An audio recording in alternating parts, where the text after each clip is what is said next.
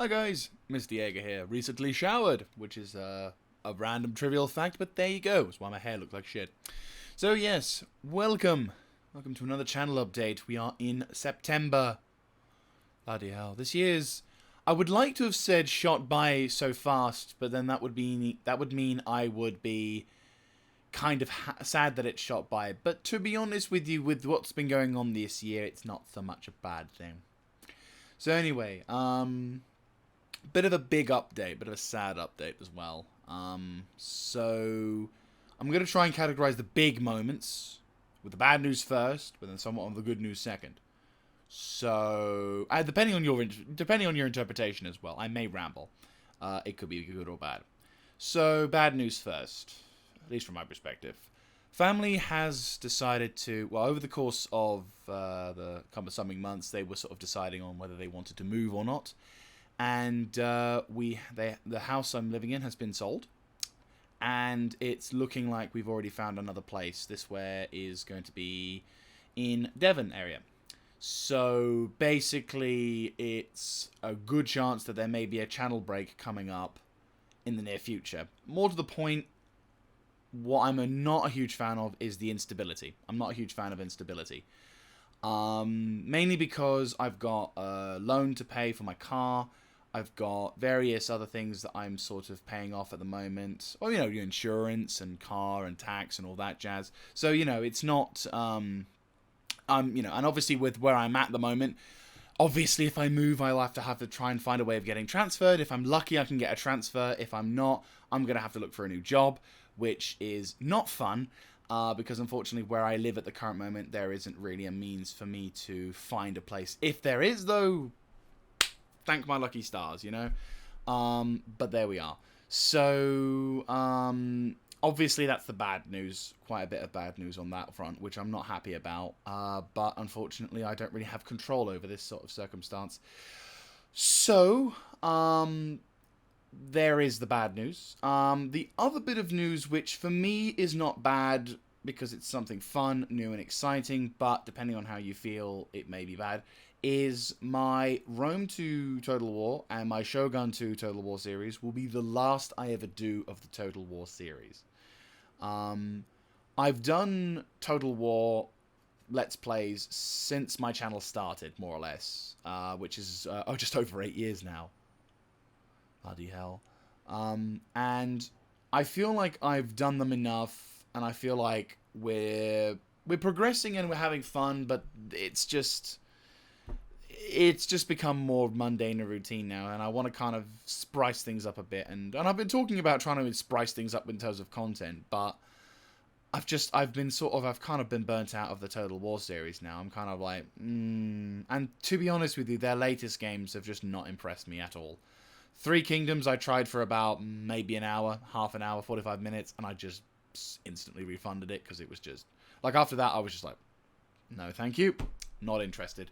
And the Troy game just looks abysmal. It looks, to be honest with you, it looks more and more like a mobile game. You know how you get those really shitty mobile games that you get advertised on YouTube where they sort of showcase you? It's like that. The UI looks like that. I know that sounds a bit of a dick move to the people who spent a lot of time, respect to the developers or have you, but it just looks pants. I just don't like it. I've seen gameplay, I've seen the reviews, just doesn't look like my thing. My first ever Total War game was Rome Total War. So to go from Rome Total War to Troy, yeah, it's just... I would say, in terms of my favorite Total War games, you're looking at about Shogun 2, definite, Napoleon, and Empire to a degree. They're kind of both the same thing, to be honest with you. Napoleon is the up-tiered, much better in terms of visual effects and whatnot. But the gameplay and the content style, I love Empire for. Rome 2 is the last Total War game I really enjoyed. Like Attila, Rome 2, that kind of thing. All those, I kind of combine all of those. It sounds really cheap, but like the Rome 2 and Attila are really solid games. I've enjoyed them, and you've seen my playthroughs. I know it's not vanilla though. Can't touch them vanilla. But no. So it's been It's been a fun ride, but I think it's about time I gave up on that. Hopefully the lighting's all good. I can't, maybe I should have the little thing up on the side. Yeah, it looks alright. So yes, so basically the time of Total War is coming to an end, and a new thing is coming. So the good news, going on to it finally, is I am beginning to lean more into sim games. So IL-2 Sturmovik, DCS, there's even a game I've recently reinstalled, which I'm working on the video at the moment,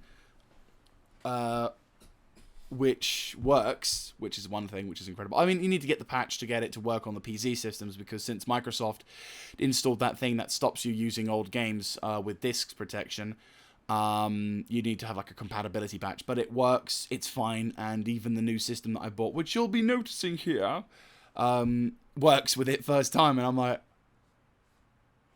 but yeah, so that'll be a reveal later on.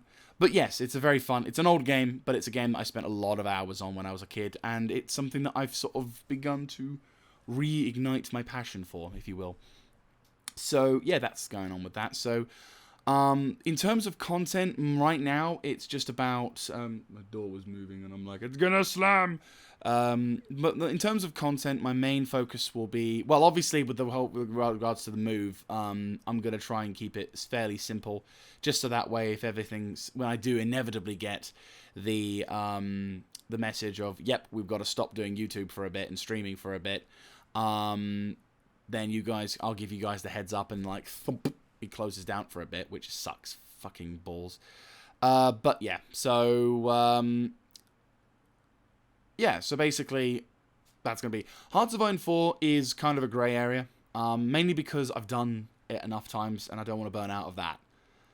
There is the Crusader Kings 3, but it's a game I'm sort of on the grey... I'm on the fence for. It's like, I'm not... I haven't played the second one. Like, I got the game, I tried getting into it, but I just couldn't... It was just not, like, too much... overwhelmed basically in terms of info, and it's like I didn't really want to try. I wasn't super into it for that thing. Hearts of Iron 4 I can kind of just get, but mainly because of the... Oh, my frames have turned terrible. Lighting has just gone to shit. Hang on. I knew I shouldn't have tried it like that. Fuck natural light, normal light. There we go, better. I thought I could try and get away with like natural light, because I've had to, every time I do a channel update, I've had to close those bloody windows because the fucking sun keeps making problems for me. So anyway, so as I was saying, so Hearts of Iron 4 wise, I only learnt really how to do it well because of Old World Blues, and I've already done a number of series on that. And as much as I get the comments saying, do this series with this, or do the NCR with that, or whatever. I don't want to overdo that, because it's more or less me playing how I play. That's the difference. Like, straight line, if I ever play a faction, I'm not going to play... I mean, I can try and do this sort of style, but it's just going to be me slowly working my way up and doing what we do normally. It's fun, don't get me wrong, but I don't want to overdo it and burn myself out. When they decide to do more content, which releases more stuff in the, you know, the East Coast, hint, hint, Old World Blues team, then we can perhaps have a reignition of my favourite chapter, the Brotherhood of Steel for the Capital Wasteland. Then yeah, I'll be more than happy to try and go for that and try and see if we can reignite that flame and passion. But for the time being, I'm not putting it on hold, but I'm not going to be rushing to do the next series either. So, just a little grays up in the grey area. But no, so for the next thing, I've got kind of a series planned for this particular game that I'm talking about. Star Citizen, just to give a thing, again, grey area. Obviously, with what's going on, I do play it, it's just right now, it's just I do it because of the sake of the clan, so I'm doing it like that, so I don't want to try and force myself to do certain content, because I can't help, I don't know what it is with Star Citizen, I want to do stuff with it, but I just can't, and it's irritating, because it's like, I do it, and then it's just like, all energy and impetus just drops straight away, and I'm like, and it just, I don't have any, and you don't want to, I don't want to release content that doesn't have passion, you know, for me, what I like is when I have those moments where I lose my shit. Sort of thing. But anyway, I've been rambling on for about 10 minutes now. So, big news, I am going to be moving at some point in the near future. I'm hoping it takes a while. I don't, you know, again. Oh, yes, I almost forgot. So, this, if you're wondering, is the new thing that I bought. It's a semi-early birthday present to myself. That, right there, is my new Track IR system. That's right, I am using Track IR. So when I play these simulator games, I'm not having to fumble around with the fucking controls going, I can't fly this thing, it's too... No, I can actually use the, headset, well, the little connector thing on my headset to look around, which is really nice. In fact, you know what, let's, I've got the program up here, and you know what, we'll do something a bit fancy. We'll go into the studio mode, and we will transition from... Oh, hang on, I might have ballsed it up. There we go. Ah, there we go. Cool. So, he says as he's fucked it up. So now we're in that mode, and wow. Right, so as you can see, for any of you guys who've not used Track IR, it basically works as a sensor, a bit like VR or a webcam. There's a sensor that tracks the movement of your head. Oh, look, I can block it. Lol. So there's a sensor that tracks your head movement, and depending on your positioning, you can reset it, obviously, which is what I do occasionally.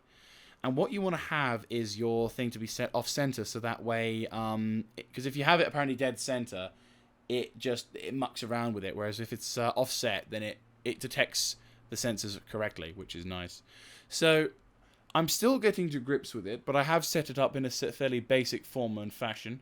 It's not perfect, but for what I do, it works, and I've got it. It's just enjoyable.